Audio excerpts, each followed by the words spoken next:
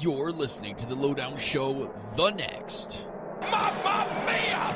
Your NXT review and discussion show. We are NXT! Right here on the No Holds Barred Network.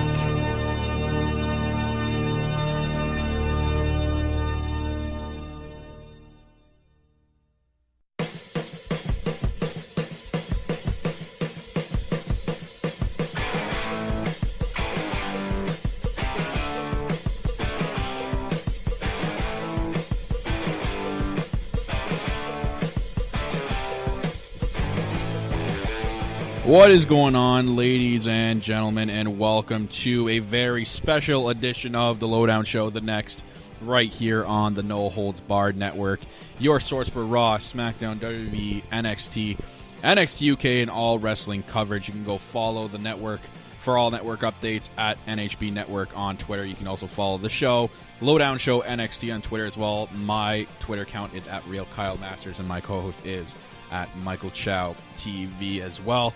Guys, as always, I'm your host of the Lowdown Show, The Next, your self-proclaimed greatest host, Kyle Masters. And like I said on Twitter, this is going to be a special edition episode of the Lowdown Show, The Next, this week, as my co-host is celebrating, and I'm sure a lot of you listeners out there who are American are celebrating Thanksgiving this week. And that's okay. So, for the first time since I don't know how long he's been on the show, I promise you guys a blast from the past co-host this week is none other than the man we call No Cell Phil. No Cell Phil, welcome back. How's it going, to everybody? The show. Thanks for having me back. Man, how you been, man? I mean, I know how you been, but let the people know how you been. I've been good, but Kyle, I got to say something. This is a wrestling podcast, and I have not been watching too much wrestling lately. Oh, shit. I don't think you'll be surprised at this because I agree with you. The main roster has been pretty awful for a while. Gasp? Yeah. Gasp? Basically, we used to watch religiously, right? Yeah. Raw, SmackDown, we would watch the full 3 hours of Raw, the whole 2 hours of SmackDown, and that has dwindled down to like not watching at all anymore. I basically only watch the pay-per-views now. I don't even have a match of the year contender for this year. Like I can only think of one. It's from Evolution. Can you? Oh, you can probably guess what match it was. I'm gonna go ahead and say it was the Women's Battle Royal for sure. No, that was not my match. That's not my match of the year. Are you sick? Come on, that was such a good match. No, it wasn't. That was complete. Honestly, Evolution is my overall show of the year, and it did produce my match of the year. Becky Lynch versus Charlotte, last woman standing match. Yep. But like besides that, if you check out all the other pay-per-views, I cannot think of anything outstanding from anywhere. I mean, we went to WrestleMania. Yeah. I had a fun time there. It was great. We were there live. It was a great live experience, but like there was nothing exceptional that happened at that show. And that's like after. We're not actually like sitting there critiquing everything. We're there having a good time and enjoy WrestleMania, but you know, obviously you're thinking about what you see after. You're going home a week later and you look back and go, man, like that match was actually pretty shit, and it's good to experience the whole thing. Like we went for the experience and it was awesome. Obviously we went, I mean, you were the ones who go to TakeOver that weekend, and exactly. It was fucking amazing. I just remember that TakeOver being awesome. Going, my God, this is the best TakeOver ever. But I'm saying that literally every single TakeOver, this is the best one yet. It's literally every single one has followed up with even greater things. And I don't know about this TakeOver, which we'll get into in a bit, but we got some news, and I've said it on the show already, that I'm on my way to the Rumble. And I'm actually going with No Cell Phil here. Yeah. We're traveling 2,200 miles, I think. Oh, you calculated? Was it 2,200 miles? Yeah, I checked on Google Maps, Niagara Falls to Phoenix, Arizona. And, right. We are going there for NXT TakeOver Phoenix. We're not... I mean, we'll check out the Rumble. We have to complete the Big Four. Because we're there. Yeah. We might as well. I mean... I was thinking about going to a bar or maybe going, checking out the sites. But I mean, Royal Rumble's there. I might as well go. Yeah. I'm going to be on East Jefferson Street anyways. We'll check it out, but there's no guarantees. But yeah, we're going to go see NXT TakeOver. And if it just keeps getting better and the way the storylines are happening right now, this looks like it's going to be another great TakeOver. So I'm happy we're going. We just recently bought our plane tickets. Bought our TakeOver tickets for cheap. I bought the physical ones. They're already in my possession. They're cheap.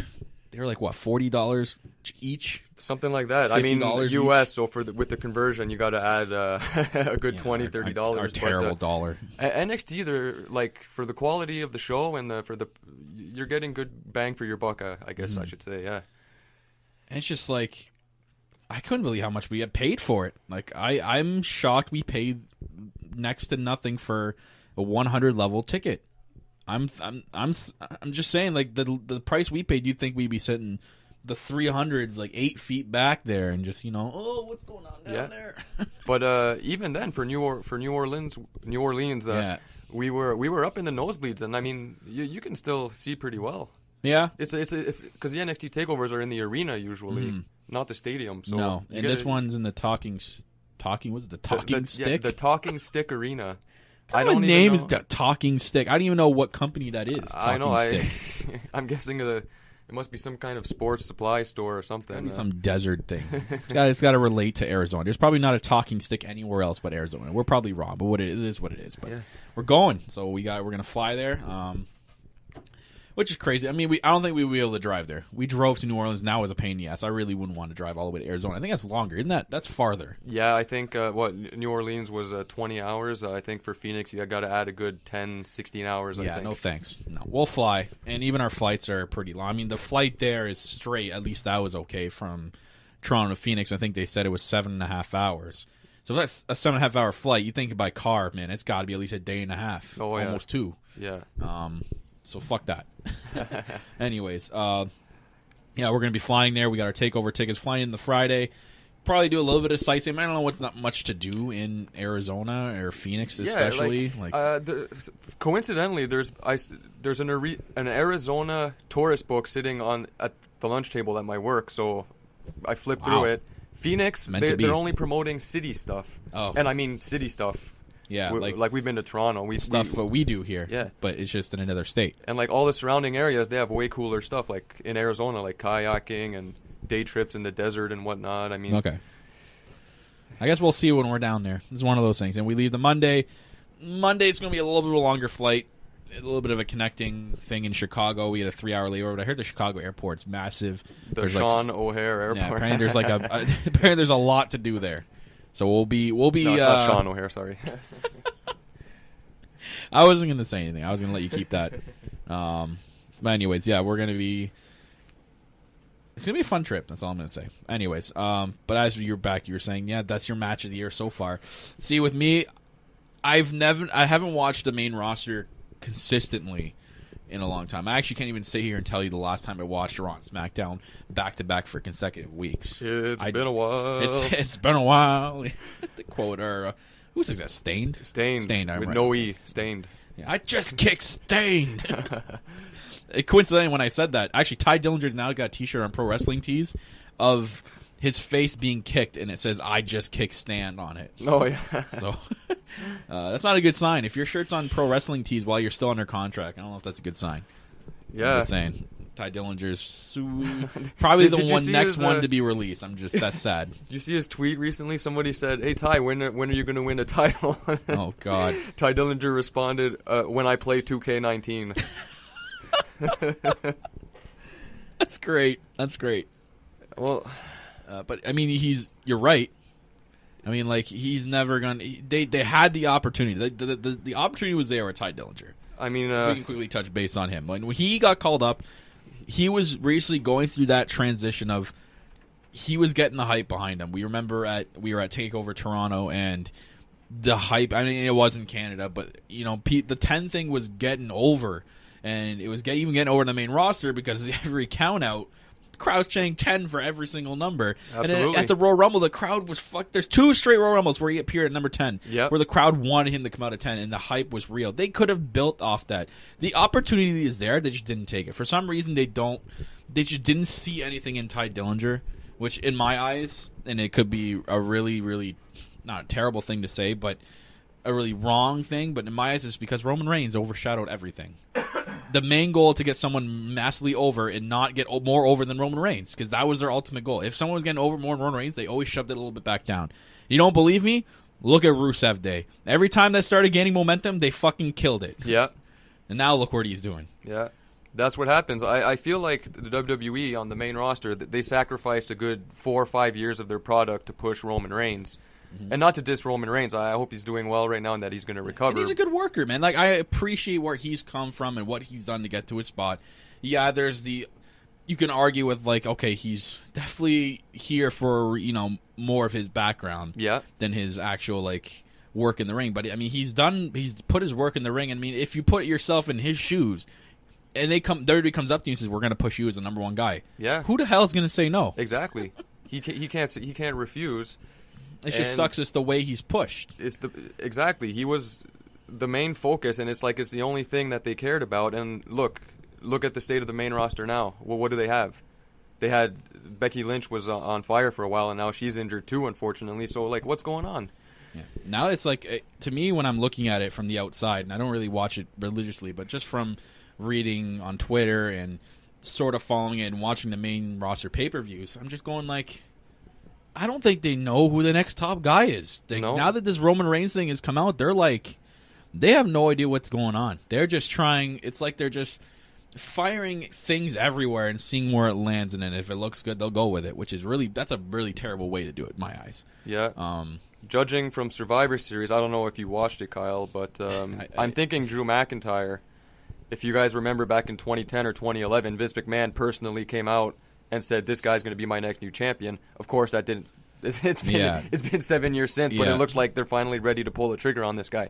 I would have said Braun Strowman, but it looks like he's going to go the way of Big Show, where he's just a big guy who doesn't do much. And seriously, and they kind of already ruined him, and since SummerSlam, they've literally buried Braun Strowman. Yeah, I didn't watch it, but he got squashed in 3 minutes. Yeah. And from what I've read Crown for Jewel. rumors, is that he's one of those guys that shows up late, and then a leaves lot as backstage, soon as his match is done. And leaves. So maybe Yeah. I mean, it's tough. It's tough. I mean, I don't blame some of the people back then. And Braun Strowman was getting hot while Roman Reigns was still here, and he was the one he was going to get over more than Braun Strowman. If Braun Strowman was getting all that momentum, it's like he almost knew that I could be gaining all this momentum, but they're not going to do anything with me. No. They're just going to feed me to Brock Lesnar, because Brock Lesnar, they bow down to Brock Lesnar. I don't know what the fuck their thing is with that. Yeah. I understand he's popular and he's a draw, but like they will do anything he requests. Exactly. I think it's Meltzer that said it. He's got 2 CEOs or presidents at his beck and call, Dana White and Vince McMahon, and they'll just going to throw money at him to do a 2-minute appearance if they have to. Yep. And that's sad, really. It's sad. It's not a good way to do business. There's ways to do good business, and Vince McMahon has done that. Yeah. But then there's stuff he does where you question it and going, Vince, I don't think that's a good business decision. But at the end of the day, he's not going to listen to anybody but himself. He's that type of guy. You can't say he's not. He's I am here and I make the decisions and I hire all these corporate yes people to boost my confidence that will say yes at anything I say. Yeah. And he keeps those people around, a.k.a. Michael Hayes, a.k.a. Vince Dunn, all these Kevin goofheads. Kevin Dunn, sorry. All the people backstage who probably were able to say no to Vince, they're probably all gone by now. Yeah. They're too old, they retired, or they got fired. Yeah. But, someone's going to have to say no to some stuff. For my match of the year, though, if we go back to this topic. Main roster match of the year. I don't have a main roster match because I don't really. Okay. I don't remember because there's nothing. Yeah. My memory stops at like SummerSlam. I can't remember anything before that. I just remember takeovers. Yeah. And for me, so far, it's a toss-up. I got 3. One is Johnny Gargano, Andrade Cien Almas back in January. I think it was at Takeover Philly they fought. I think it was January, February. The one before the Rumble. Yeah. Yeah, I don't remember. I thought it was the one after one. No, it's the one after the Rumble. Oh. Takeover Philly was after, unless it was at the Rumble. Was Takeover Philly the Rumble? Yeah, I'm gonna look this up. I don't know, because the next one after the Rumble would have been New Orleans, right? New Orleans. I feel like there's a takeover in between. In between the Rumble and WrestleMania? Yes. I think. Okay, well, I'm going to look it up. Okay, so it was at... Quick Google or Wikipedia They faced search. at TakeOver Brooklyn 3, and then TakeOver Philly. Here we go, TakeOver Philly. And... They had the unsanctioned match at the one we went to. God. We're talking about Ciampa and Gargano, right? No. Cien Almas. Oh, yes. Cien Almas and Johnny Gargano. TakeOver Philly. Here we go. And it's labeled by Dave Meltzer, coincidentally, as best match of all time. Oh, really? Yeah. And this was that was remember when Candice LeRae jumped the barrier and attacked Zelina Vega. Oh, right. Yeah, I remember that now. That match was very, very good. And that's one of my matches of the year. It's that one. And why didn't I just type in NXT TakeOver Who did Philly? Almas win the title from? Okay, Drew McIntyre. I don't know if you remember his shoulder injury? Right, yeah. They did that spot, and that was actually last year's War Games. That was the first War Games that happened at. Oh, yeah. And I don't know, and I still to this day I question if that was even supposed to happen. I don't know if Almas was even supposed to win that match, and they went from there. Which I don't put it past them to continue from there and to be so good afterwards, because NXT knows what they're doing. Yeah. If something happens in NXT, they exactly. Yeah. I feel that's a problem in a lot of wrestling matches where like they screw up a spot and like the wrestlers just stand around looking confused. You know what I mean? It's like, come on, improvise something. You know what I mean? Now, the main roster is just, it looks too like choppy. You just look at, here's an example, that massive Survivor Series tag team match they had at Survivor Series on the weekend that they didn't count for some reason. The pre-show match, yeah. That was just a clusterfuck. There was so much going on. And like sometimes there's so much botchiness going around. I'm going, what the hell is actually happening right now? Yeah. Okay, so it was a TakeOver Rumble. Yeah. Was that in Philly? Yeah. Really? So they went back to Philly. January 27th. That's one of my matches.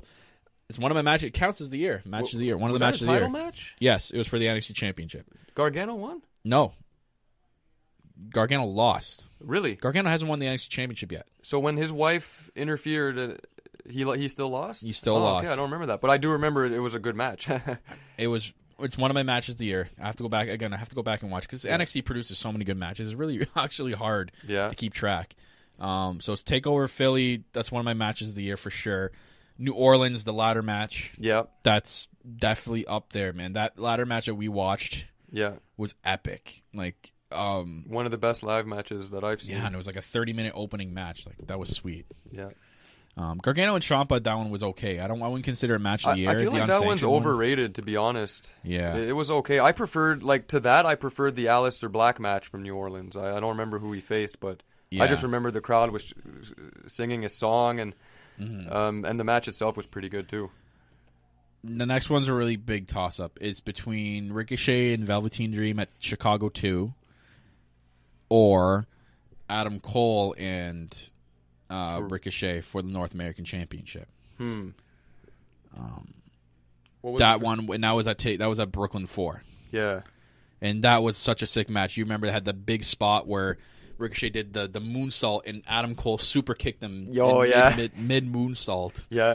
That one, I see a lot of memes with that one. Yeah.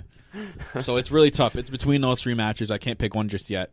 No. This past TakeOver from transitioning now, we'll talk about War Games last week. I know I did a review, but I actually watched it with no self-fill here, and that was a sick TakeOver. Yep. Absolutely. That was a sick TakeOver. I got an opinion from my one buddy, Nino, who watches NXT. He says that he actually preferred last year's War Games match compared to this one. I would agree with your friend Nino. Yeah. You agree? Yeah, I do, yes. To me, I don't know. I'm still on the fence about which one to pick. Because I know last year there was... I know because it felt like this year they were trying to replicate a lot of things, but then they were also trying to stay away and try to do some new stuff. But yeah, like wasn't the first one 3 teams and this one was only 2? Yeah, it was like 3 on 3 on 3. It was a little bit tougher, but I saw what they were trying to do. I think that's how originally War Games was supposed to be, only 2 teams. Yeah, that's what it was. Yeah. So I don't know. This year, if it was good, it wasn't bad. It was long. It was like 40-something minutes long. Yeah. But. I mean, I like them both. I'd have to go back and watch the first one, but I think I do recall liking the first one more than the second one. It's tough. I can't say it. I'm on the fence still. I'll have to watch both of them again. Mm-hmm. But other than that, the rest of the card was actually amazing. Velveteen Dream, I got to talk about him right off the bat because I talked about him on the review a lot. This guy's character is amazing, and God, the guy is just money. He screams money. I'm just scared that Vince McMahon is going to fucking ruin this guy. He's just so good right now, and he's young. He's only 23. This guy shouldn't be called up for 2 years. This guy needs to be built in NXT as the top guy and no one else above him or compared to him. Yeah. He needs to stay in NXT until a guy like Gargano, a guy like Ciampa, a guy like Adam Cole in the Undisputed Era. Guys like that are long gone. They're already called up, which is sad because I don't want any of those guys called up anyways. No, going to the main roster is a demotion as far as I'm concerned. So far, like, who's besides the people that have been on the main roster for like the last 5 years? Let's take a look at this. Okay, how about the last 2 years? Has anyone benefited from getting called up to the main roster in the last 2 years? I'm trying to think here. They I think it went to remember the brand split when they first did the brand split. At that point, from there, I'd say probably Alexa Bliss, which I don't want to get into that because I don't want to start another war with the host in the other show. So we'll keep it at that. Other than that, from that draft, I don't know if anyone's benefited. Yeah, Bailey, buried. Who else? Who got called up this year? Ember Moon. She's not doing Dillinger. much. We mentioned Ty Dillinger was in that draft. No, yeah, he was an early contender. Ember Moon was in last year's. That was the Raw after Mania that we went to. Yeah, and Nia Jax was with Carmella. Can't really say she's done anything huge. I mean, she's won the women's title, but she's not credible. Like, she's not. You wouldn't call her a top woman in the division. She's just mid-card tier level. Like, she won the title off a joke. Yeah, Money in the Bank cash in. That's no respect for that. No, that's such a terrible thing nowadays in WWE that the Money in the Bank cash in is like, it's like this. We can't call you credible for cashing in and winning. And they don't do anything with the people who cash in. Like, anyone who cashes in, besides Seth Rollins in recent memory, who's actually gone on to do something really good after cashing in and winning the title? Who hold on the title for a long period of time? After Seth Rollins cashed in and won, he became the Authority's poster boy, and they did that whole thing with the Authority up until he lost it to, or I think he had to vacate it. Yeah, he had an injury, and that's when they went the whole Triple H and Roman Reigns thing, which I don't want to get into because that was the worst WrestleMania of all time. Oh yeah, 32 was 32. Terrible. Yeah, haven't seen it, thank God. No, don't ever go see it. Anyways, back to what I was saying originally. Oh, Velveteen Dream. Let's go back on topic. Velveteen Dream. Yeah, it's his. I think pretty soon it's going to be his time to shine. He has money. The way he's channeled Hulk Hogan in 2 takeovers this year. One with the regular, but again, red and yellow. It was half channeling Hogan, half channeling Ricochet's original Prince Puma attire because those were actually his original tights. Oh, really? Which I didn't know until someone pointed it out on Twitter. Then now he channels Hollywood Hulk Hogan, which I say, and I said in the review, is the best version of Hulk Hogan. The heel Hulk Hogan was better than his real American garbage. Voodoo Child. After that, okay, I'm talking about you got to cancel out after when he comes back to WWE. So his original WWF days and his WCW, which one's the better character? NWO. Oh, for me? Yeah, for me it was NWO. I'm gonna go with neither. But if you had to pick one, okay, I'm gonna go with NWO Hogan just because that's the one that had I'm cheating a little. That's the match he had against The Rock in Toronto, and like as much as I dislike Hogan, I really like that match. So I'm just gonna pick NWO Hogan. That was hilarious, man. That was such a. They had the 360 that thing because who knows? What if Hulk Hogan never got cheered at that WrestleMania? What if that never happened? It was the complete opposite. It was all the cheers to The Rock, all the boos for Hogan. Would they have turned him back? Would they have separated him after that? Because it was from then on that Hogan transitioned back into his original, real American, not his real American, but the Voodoo Child. Like he was back to the yellow and orange. Like he was back to his original colors. Yeah, that would be a real American Hogan, right? The original red and yellow. Yeah, we can say real American Hogan, but he wasn't using the theme. But you know what we mean. Like he went back to the yellow and orange. Yeah. From the black and white. Yeah. That's what started it. Yeah. We don't know.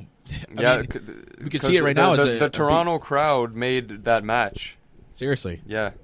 Even the Raw after, if you watch it, that speech he did, he had a standing ovation for like 5 straight minutes, and like he couldn't even talk. And he was so emotional about it. Like he couldn't believe the reception that he got. Actually, it wasn't the Toronto crowd. The next night was in Montreal. That's right. Oh. It was the Montreal because I remember it was at the Molson Center. Oh yeah, it was still the Molson Yeah. Center at the time. Now it's the Bell Center. Yeah, whatever. Anyways, Velveteen Dream, amazing. This guy, 23 years old. He's a stud. His wrestling is amazing. Homegrown talent too. This guy hasn't even touched the Indies yet. That's the only thing that might save him, to be He honest. hasn't been in the Indies. Yeah. And with the rumors of the Elite starting their own wrestling promotion, oh God, run away. Run away. Do not let Vince get your hands on you. No. I don't know if you heard, they're calling it the All Elite Wrestling. And who's starting this? Cody Rhodes? The Bullet Club, the Elite. Oh, the Bullet Club. You know how they did their own pay-per-view. How successful it was. They're Yeah. going to start their own wrestling company. Uh-oh. And call it the All Elite Wrestling. Yeah. Holy moly, if that Should be starts. good. and now the rumor is, it's pure speculation because we don't know if this is actually thinking. But Dave Meltzer's like, I wouldn't be surprised if WWE is going to start putting their superstars on lockdown now. Saying like, we're signing you. We need to restructure your contract and put in there that you're not going to leave and go to All Elite Wrestling. Yeah, because as far as I know, WWE wrestlers are actually independent contractors, right? So they might have to become actual employees if. Yeah. But Hey, he's got the money. He's got that Saudi money. So, absolutely, yeah. anyways, Velveteen Dream. He faced off against Tommaso Ciampa. Really, really good match for the NXT Championship. Literally thought he was going to win. Right, I was on the edge of my seat at the end of that match. I thought for sure he was winning the championship after hitting the DVD or is he called the DVD that rolling? I've heard that. Yeah, Death Valley Driver. Yeah, he on the cement, then rolls him back in the ring. The transition. That's what I was talking about in the review. The way he transitions from move to move, and that's what a lot of NXT wrestlers do. That's what I love about NXT. How they transition from move to move to move at the end of at the end of a match. Like they're transitioning from move to move is amazing Absolutely. in NXT. You can notice it from you watch a main roster match and an NXT match, like a pay-per-view match, and it's just amazing. It is the way they do it is better, and it gets you hyped for it. We saw it. He transitioned a Death Valley Driver on the cement to roll him into the ring, to hit the elbow drop for an almost 3 count. You could see the crowd was jumping up and down. I haven't seen a crowd do that in a long time. So hyped for a pin count. Please, if you guys know the video link to show me the last time a main roster crowd was jumping up and down at a pin count, waiting for the ref to say 3, you point it out. Because I'm guarantee you right now, you probably haven't seen that in the last 15 years. I'm telling you probably didn't see it since The Rock and John Cena. That was probably the last time you probably saw something like that. You can't tell me you've seen that anywhere else. It's been a while. It's been a while.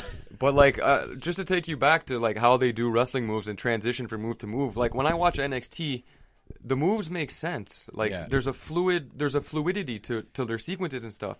Whereas I'm watching main roster pay-per-views. I'm sorry. Yeah. No. You can tell like they're setting up their spots and they're like taking their time, and it's like nothing makes sense. Like I don't want to. Just for an example, like Rey Mysterio 619, he's got to trip the guy. The guy has to stay on the rope. It's like, just move out of the way. Yeah. I remember seeing back in the day, it was an excellent match. It was Edge and Rey Mysterio versus Kurt Angle and Chris Benoit. For the 619 spot, Kurt Angle had to hold. Somebody had to hold Kurt Angle or Chris Benoit on the ropes. Well, obviously Edge, so that Rey Mysterio can hit the 619. You see. Okay, so it made sense. Everything makes. Yeah. I like it when they try to do that. Mm-hmm. And there's no evidence of that currently on the main roster, or at least not much. Like you're not going to be knocked out for like 10 seconds from being tripped. You got to have like Mysterio drop kick him in the face or do like a kick of some sorts that kind of and sell the knockout job. Exactly. Or throw him into the turnbuckle, hits his head off the turnbuckle, kind of rolls around and lands in the middle rope, like from being dazed. And then Rey Mysterio's like, "Fuck, let me go really." And he has the speed to go really quickly to hit the 619. Yeah. But then he takes a sweet ass sign, turns around slowly like Macho Man, and does the. And I think he's doing like paying. Is he paying homage to Macho Man? Because now he does he twirls his finger. Twirls the finger. Yeah. I don't know if that's an homage to him, but anyways, he does that and goes to like I don't know. It just I know what you mean there. It's just that was just like the first example I can think of. But I mean, it's just a type of wrestling. Yeah, it's just It's Triple H has adapted. There's from a difference. What wrestling has become throughout the independent scene, throughout New Japan, what wrestling is transitioning to today It's not just flips in high altitude moves. You have to really watch a match. You can't just judge it off that. I hate when people just say, "Oh, well, they just flip and stuff." So is the main roster. What's your point? Mm-hmm. We're talking about the actual. Like, if you actually watch an NXT match, it gets you hyped for the match, and it actually, again, like you said, it makes sense. And the storytelling is way better in NXT. Absolutely, you can't argue with that. The storytelling from the feud and into the match itself is 10 times better than the main roster does. And then that's what makes them good. That's what makes an NXT match good. When the storytelling is good, the match is good because the chemistry is there. Both wrestlers are storytelling to the max here, and they're just doing so good. So you have a guy like Tommaso Ciampa. Now put it in this case, who has theme music now? Has theme music now. He's the type of wrestler right now in NXT that can make anyone look good. He's a special kind of wrestler that can have a good match with anybody. Johnny Gargano, we've seen already. Velveteen Dream. Even Otis Dozovic a couple weeks ago, he had a one-on-one match with him. And that was a good match. It was like a 15-minute match, and he actually made Otis Dozovic look good, but that's because of Tommaso Ciampa. And he's good at telling a story in the ring, especially Velveteen Dream, because Velveteen Dream lives his character. That's another thing. When you live your character like Velveteen Dream, you're going to go far in this business, and you're going to make people invested in you because he lives the character outside the ring, inside the ring, on social media. The guy is Velveteen Dream everywhere he goes. And same thing with Tommaso Ciampa. Tommaso Ciampa never breaks kayfabe. Nope. The guy is literally Tommaso Ciampa 100%, even outside the NXT and outside the ring. He's Tommaso Ciampa. It's a nice thing to see in this day and age. Mm-hmm. So, but Kyle, I watch the takeovers only. I don't watch the weekly NXT takeover show. Can you?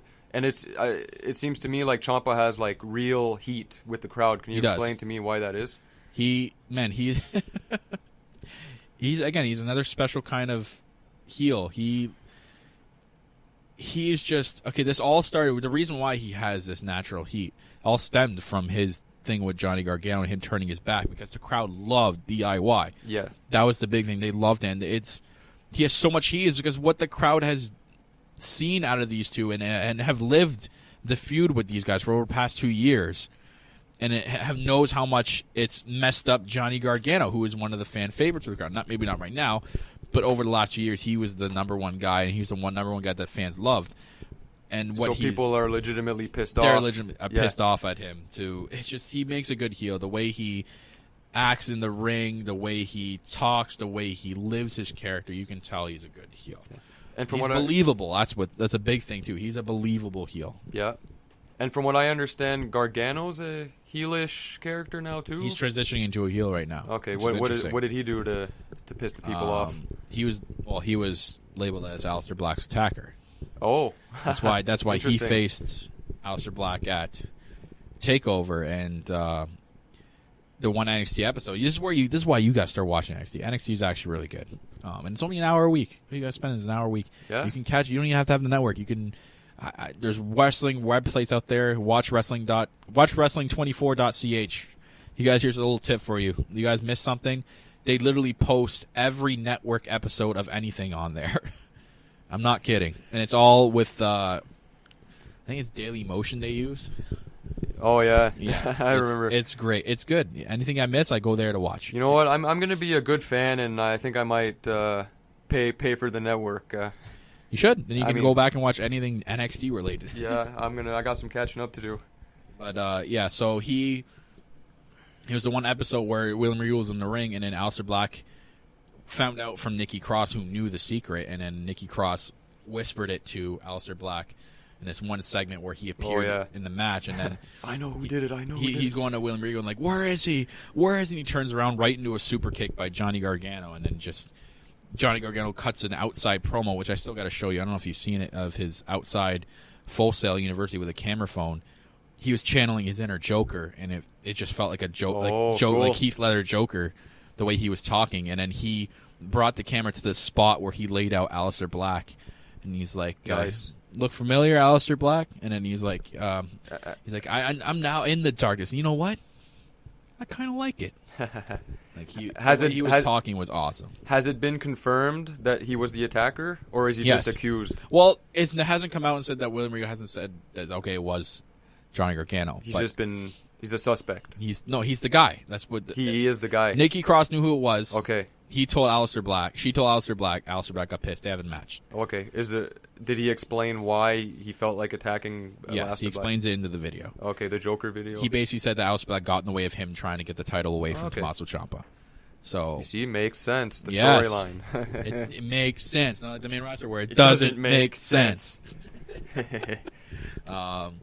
Anyways, so that was the other match at TakeOver. That was a really good match. That was probably the match of the night to me. Was Aleister Black and Johnny Gargano. That match was sick. And then the way the ending, again, this storytelling where it plays into a fact here, where he lifted Johnny Gargano up, or he gave him a black mass, and then lifted him up, and then looked him in the face and said, "I relieve you of all your sins," and then black masses him in the face again. You know, and I said it on the review, Phil. You know what I was getting flashbacks of? WrestleMania 24. Exactly. Florida. Shawn Michaels, Ric Flair. I'm sorry, and super kicks Ric Flair in the face for I'm sorry. The 1, 2, 3. Yeah. So that was pretty cool. Career. So, and that was another good match. And then the first match was the women's match, which it was better than I thought it was. Yeah, I tuned in the middle, and from what I saw, it was a very good match. I think if it had gone a little bit longer, it would have been a really, really good match. But for what we got, I thought it was better for what. Again, I thought it was better from what we got, and we got that crazy moonsault by Io Shirai. The genius of the sky, Io Shirai. Unbelievable. And Dakota Kai, everyone thought it was going to be Toni Storm, including myself and Michael Chow, my actual co-host. We thought it was going to be Toni Storm, but no, it ended up being Dakota Kai. So it looks like we're probably going to set up the 3 horsewomen versus Kairi Sane, Io Shirai, Dakota Kai, which I don't think is going to happen at TakeOver. I think that we're going to get it on an NXT episode, and I think we're going to get a rematch at the TakeOver we're going to. Probably the final NXT women's match between these two, and I think it's going to lead to Kairi Sane winning the title, becoming the second woman ever to only win the title twice, Baszler's the first one. Yeah. There's never been a woman to win the NXT title twice. So this will be the second time if she does it. And then that's where it's going to transition to Baszler being called up to the main roster. In the Rumble the next night, do you think? Probably, yeah. And it's going to be like a horsewoman spot. It's going to be a horsewoman spot where there's going to be the 4 horsewomen in the ring, and it's going to be the other 3, and then the next entrance is going to be Shayna Baszler, and there's going to be this big standoff. But in order for that to happen, Ronda's got to lose the title. Yeah. I don't think it's going to happen. No. Unless she loses it to... I don't think... Is she facing someone at TLC? I don't know if they've announced it. Nia Jax. Unless Nia Jax wins it at TLC. God, I hope not. I wouldn't be shocked, but I really don't care because I don't watch the main roster. But no. If Baszler and Kairi Sane do face each other, this will be what, like the 5th or 6th time? And I'm not... Like, they've had a few matches, right? And I'm not sick of it. I'm looking forward to it. I'm not too sick of it, but to me, it sucks because of one girl who's on NXT right now, that hasn't had a title shot yet. Who, if I can quote her, and if you can tell me who it is, Phil, is undefeated.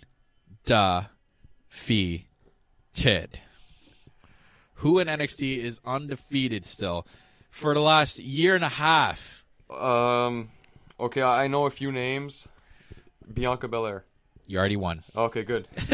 I knew you liked her. I saw a tweet, I think. Bianca Belair. Yeah, it was a toss-up between her she hasn't got a title yet. She hasn't lost yet. Bianca Belair. She's beaten some credible names. You see, I haven't seen her, so yeah, I have to check out this weekly show.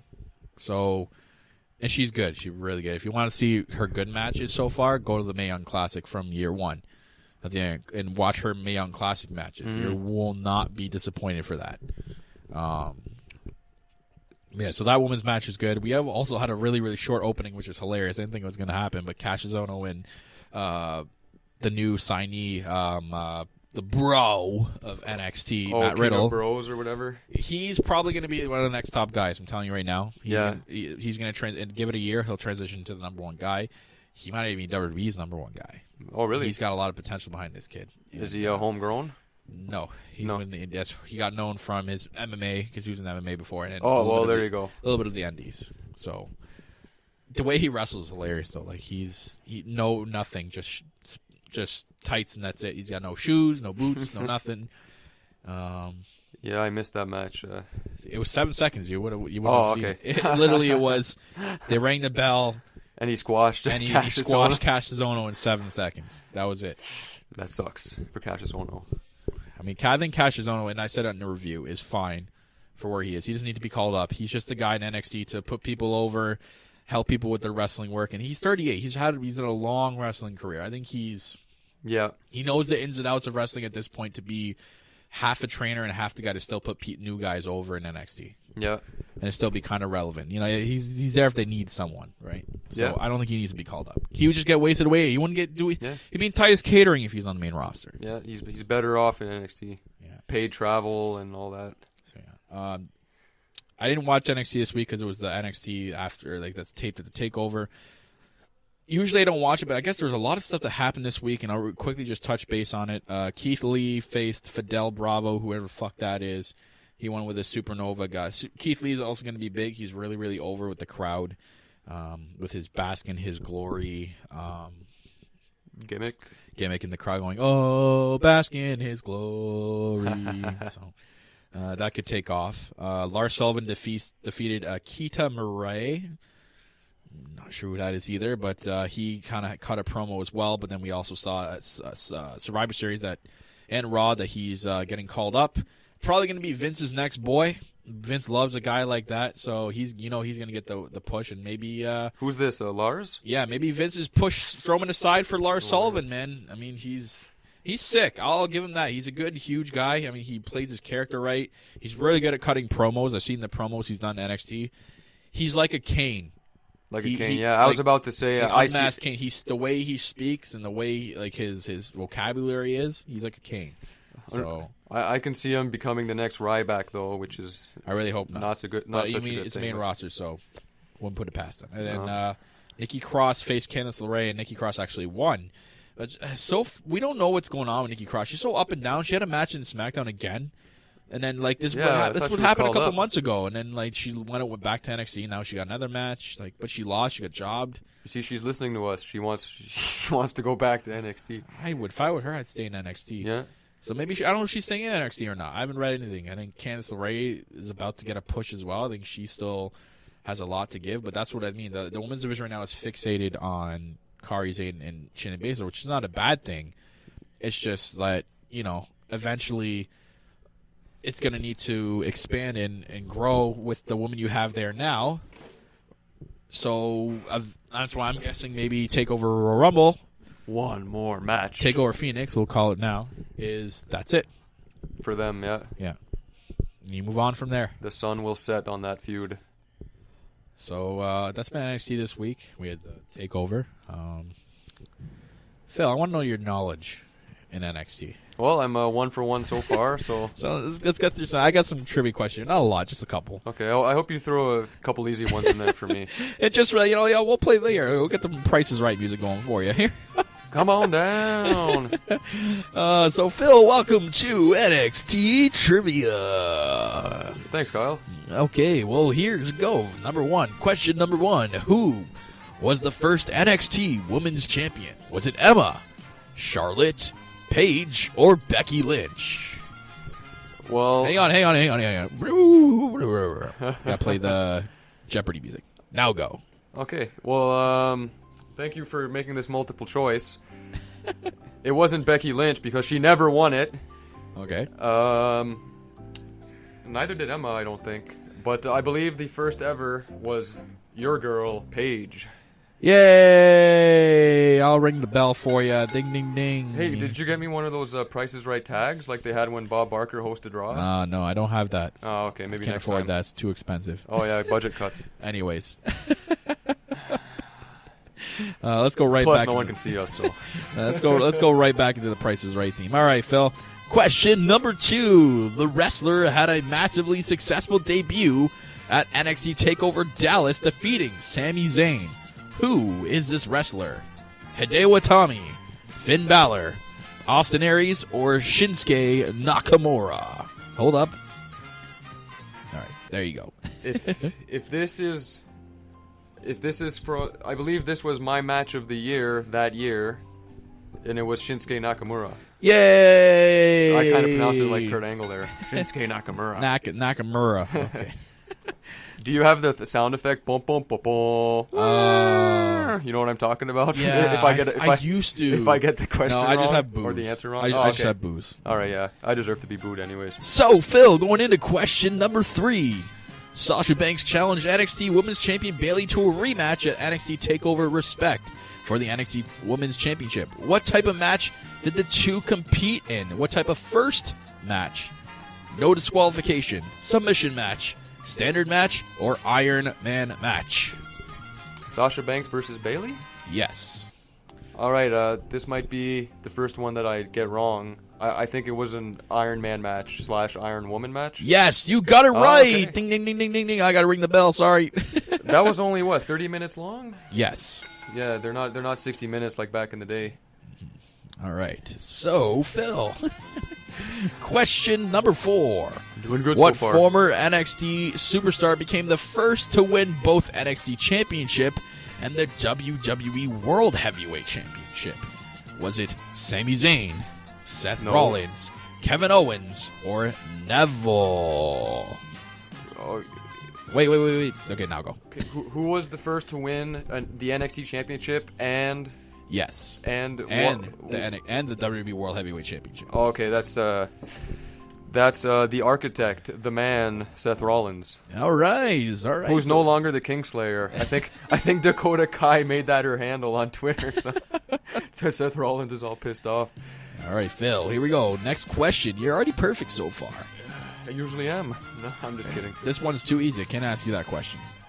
At NXT TakeOver The End, Uh-oh. what team became the first 2-time NXT champion?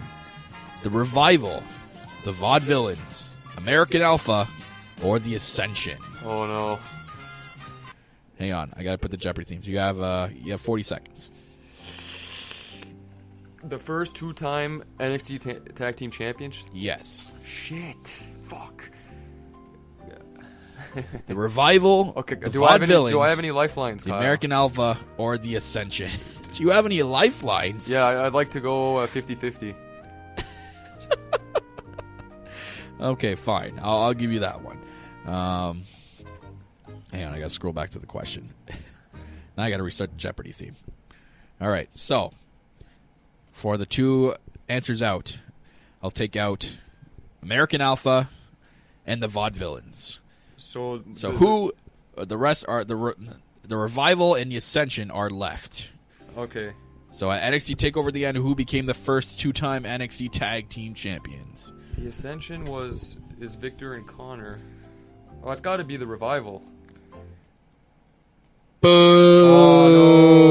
Oh, no. Really? The Ascension won it twice? Ascension became, and slowly, actually, then lost the titles. They lost them right after? Yes. The same night, or? Yes. What? Yeah. No. Oh. Guess what? Kyle Masters botched. Uh-oh. Yes, Marno, mamma mia, I botched.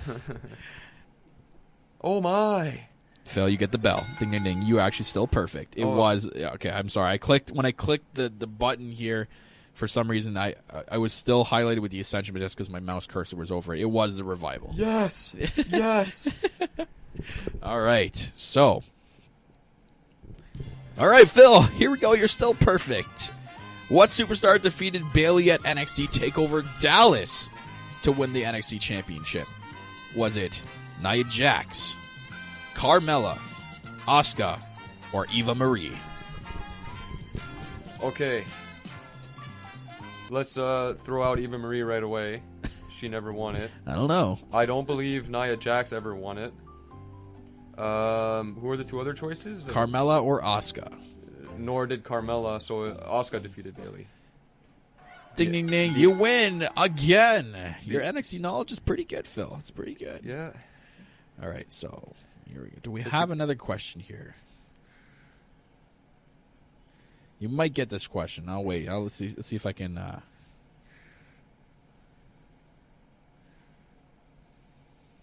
here we go. This is a good question. So it has to do with TakeOver. So, Phil, going into the last question, it has to do with TakeOver. The first NXT TakeOver special to be held outside of Full Sail University was held in what city? Los Angeles, Dallas, Brooklyn, or London? Okay. I think I remember this because Owens cut a promo on the crowd.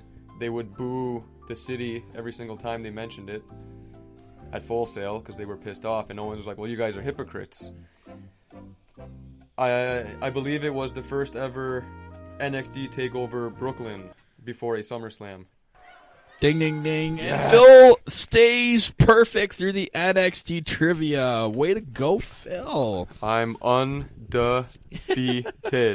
The other questions were too easy. I'll say one. Let's see if you just get it off the bat. Which superstar held the NXT Championship for 292 days, winning in Tokyo, Japan from Kevin Owens? Shinsuke Nakamura.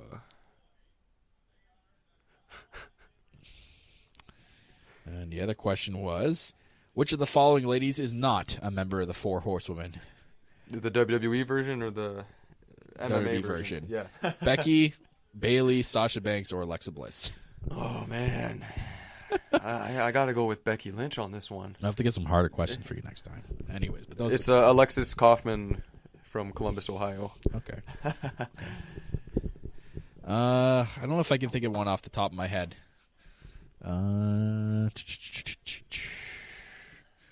No, I can't think of anything off the top of my head. I did have written questions, but I didn't save the file for a takeover or our questionnaire for me and. All right. Anyways, I'm trying to think. Can you name me? Can you name me one of the takeovers that we haven't mentioned yet that wasn't the name of a city? And no, you can't name War Games and you can't name the End because I think you've mentioned those already. Yeah. So okay, yeah. So there was Arrival. Yeah. Which was labeled as the first one. Yeah. Respect. Yeah. Fatal 4-Way. There was a takeover. There was a takeover Fatal 4-Way. Oh God. Respect. Redemption. Oh no, that's the TV show NXT. Oh yeah, the season. I don't know if there was a season Redemption 4? pay-per-view. Yeah. That wasn't the name of a city. There was Our Evolution. Yeah, Remember that Revolution. one? Yeah, Our RF. Evolution. Yeah. I think we've pretty much got them all. I think we've covered it. Yeah. I'm gonna try to pull it up, but I don't think if we missed one, I'll be pretty upset because There's Arrival.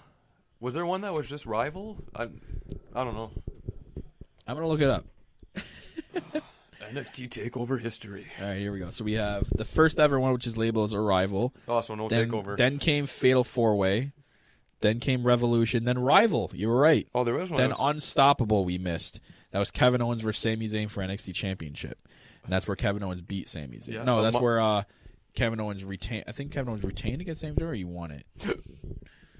Respect, we got The End. We said already. Yeah. War Games. War and Games. War Games 2. Yeah. We're still. And then we're going to have TakeOver at. Phoenix. Really? Toronto. It's going to be Toronto 2, probably. Yeah. Yeah. Might be going to that one. And then, they've already said that It's in the Chicago neighborhood. 3 will be at Survivor Series next year because it's going to Chicago next year. Oh. So, Interesting. I really don't think I want to go to Chicago for Survivor Series. So Yeah, it's close, but not that close. it's not a trip that I would be willing to take. It's an hour and a half flight. I mean, Yeah. Like 6-hour drive, I think. yeah, that's all the ones that we didn't miss. Yeah. We're pretty good. Yeah. Not to brag. Yeah. But I got nothing else really planned for the show. But I'm glad you were able to come out with me and talk some NXT, Phil. Yeah, I'm happy you asked me. Definitely going to do something like this next. We'll do another episode like this. But other than that, guys, tune in for us next week. We'll be back at our regular time, me and Michael Chow. Maybe we'll bring Phil on one episode. He'll call in from Skype. We'll have to bring him on. Also, guys, check out Saturday, unwrestling related, but I'll be collabing with Tiffany from That Ass Podcast, where we have our own little podcast we do on the side called That Coffee Podcast. We're doing a holiday edition this Saturday morning at 11:30 Eastern Time on YouTube.com. It'll be at YouTube.com/DadAssPodcast. It'll be on their YouTube account. We'll be live on there, doing some holiday fun stuff, so you guys want to check that out. But other than that, guys, that is going to wrap it up for the Lowdown Show. The next special edition, I guess we can call it Thanksgiving edition, right here on the No Holds Barred Network. Your source for Raw, SmackDown, NXT, NXT UK, and all wrestling coverage. You can follow it on Twitter, NHB Network, where all of your network updates. You can also follow our show, Lowdown Show NXT, on Twitter as well. You can follow myself at Real Kyle Masters. My other co-host, Michael Chow TV. And if you want, you can go follow the co-host from today. I don't remember your Twitter handle, though, Phil. What was your Twitter handle? At Fandangoldust. At Fandangoldust. So like Fandango and Goldust, but put together Fandangoldust on Twitter as well. I don't know if you changed it or not. But at Fandangoldust, you can go follow him as well, guys. I'm your host, like as always, the self-proclaimed greatest host, Kyle Masters, and I'm joined by my special co-host today. He is No Self Phil, the former co-host of the No Holds Barred Wrestling Podcast. And if you want to go further back, oh yeah, No Holds Barred Wrestling Radio Podcast, whatever we called ourselves back in the day. NHBWR. But as always, for the last 4 or 5 years, guys, we're always reminding you to keep it on the lowdown.